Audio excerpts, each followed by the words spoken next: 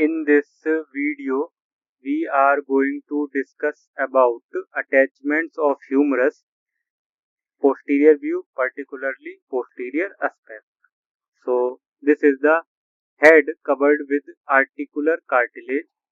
This is the supraspinatus muscle inserted to the uppermost impression on the greater tubercle. Now, this is the infraspinatus muscle inserted to the middle impression on the greater tubercle. Now, this is the teres minor gets inserted to the lower impression on the greater tubercle. So, now this is the capsular line or capsular ligament of shoulder joint. So, it gets attached to the anatomical neck of the humerus except the medial part where the line of attachment dips down by 2 cm. So, this is the medial part where line of attachment dips down by 2 cm. Now we came to this part. This is the radial groove or groove for radial nerve. So this is the medial border, this is the lateral border, and this is the posterior surface between these two borders. Now this groove is present on the posterior middle part of the posterior surface. Now middle one third of the posterior surface. So from this groove the radial nerve passes.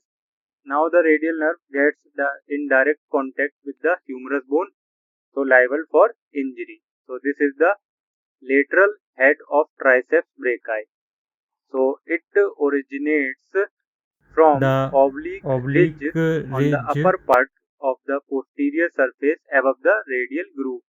Now this is the medial head of triceps Now brachii, this is the medial head originates of triceps from brachii, posterior surface below originates the from the radial uh, groove. So this posterior is the surface below the below the radial radial groove. groove. Now this is the deltoid muscle, as we already know, inserted to the deltoid tuberosity. So this is the deltoid muscle. Now we came to this brachialis muscle. So this gets originates from the anterolateral and anteromedial surfaces, but some part extends to the posterior surface. So this is the extended part of brachialis muscle. Now we came to this capsular line or capsular ligament of elbow joint. So this is attached to the lower end along the line that reaches the upper limits of the olecranon fossa posteriorly. So this is the olecranon fossa, this one. So this is the depression present uh, just above the trochlea on the posterior surface. Now this is the anconeus muscle, originates from the posterior surface of the lateral epicondyle. Now we came to this one point. This is the olecranon fossa, and this fossa accommodates the olecranon process of the ulna when the elbow gets extended.